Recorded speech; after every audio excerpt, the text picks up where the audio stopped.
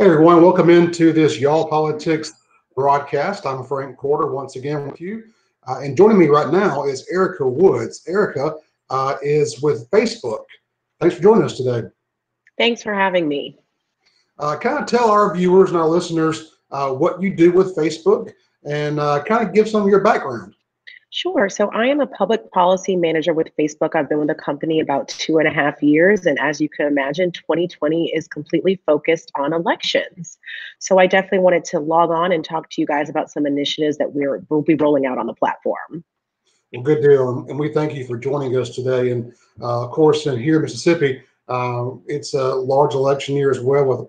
We have a state Senate race, our congressional leaders, as well as state Supreme Court elections as well. So this is very timely information for our viewers. Kind of tell us what you're doing with Facebook with this Voter Information Center. Sure. So last month we announced a very high goal of getting 4 million people registered to vote. That's actually double our efforts from 2016 and 2018. And to help achieve that goal, yesterday we launched our Voter Information Center. Users on both Facebook and Instagram are going to start seeing posts at the top of their newsfeed that will link to this new Voter Information Center.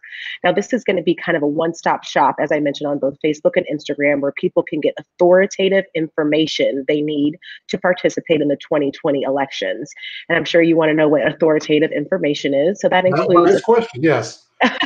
That includes official information about registering to vote and also checking your registration status.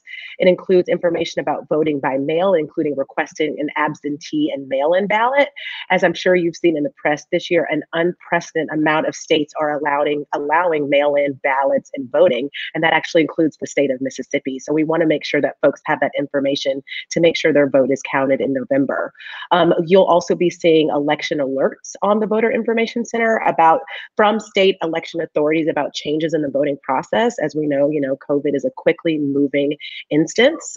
Things are changing left and right, and we want to make sure people have the latest and greatest information when it comes to the votes in November. So we're working very closely with each state secretary to make sure we have up-to-date data on that. It's very good you mentioned that. I actually had on our Secretary of State, Michael Watson, this morning to discuss the absentee balloting and also the different deadlines coming up for this cycle.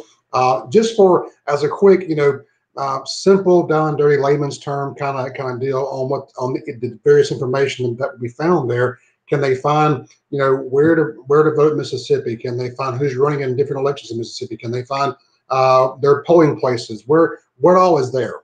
Well, a quick answer is all of the above. You'll be able to see exactly who in your district will be running for various offices. And most importantly, you'll be having the latest polling information. We certainly understand that certain polling places might have to adjust hours or locations as it comes to making sure people are comfortable when they do come in person to vote. And so we are going to have up-to-date information and also be pushing out alerts as that data changes, so folks can know exactly where to go and when. So you are networking, as you said, with our local Secretary of State. Correct. Very close ties. And because we know that people themselves, will spread information like, hey, I went to the polling place and it doesn't seem to be open. But we want to make sure people have accurate information, because we obviously know misinformation can be spread on the platform, which is why working with our secretaries of state is so vital. Well, what kind of urged you guys, or kind of moved you guys in this direction during this pandemic? Well, that's a great question. I'd have to be honest and say, 2016 was quite a learning lesson for us. And when we started to sit down and really think about ways that we can improve for 2020, I think, making sure that we're incredibly resourceful and transparent was at the top of our priority list. We want to make sure people have the right information. As I mentioned, misinformation is very easily spread across the platform, and we really wanted to step it up a notch and make sure that doesn't happen. We've actually doubled in size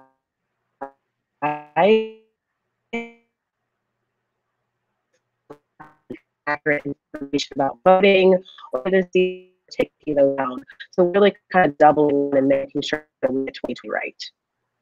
And one of the things that's good about this is that it's a bipartisan platform. It's not partisan at all. It is purely just informational in nature. There's been a lot of talk in news media and critics about social media being left or right or whatever bias. This is purely for an informational standpoint. Is that correct? That's correct. So the content is actually curated by the Bipartisan Policy Center, which is a DC-based think tank that promotes, exactly like you said, bipartisanship. So we'll be applying links to any organic content that's discussing, voting and ads, and that's how it actually gets populated into the Voter Information Center. So we're really making sure to kind of remove ourselves out of it, and we have this independent party that's working closely with us, which is great. So just to wrap up, kind of one more time, give your pitch and where folks will be seeing this information pop up.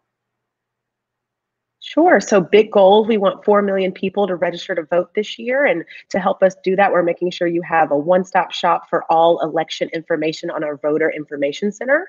You will start seeing that on your newsfeed in a rolling basis throughout the next couple of weeks. And we're looking forward to seeing everyone at the polls in November. Erica, thank you very much for taking your time today with us. Thank you so much for having me.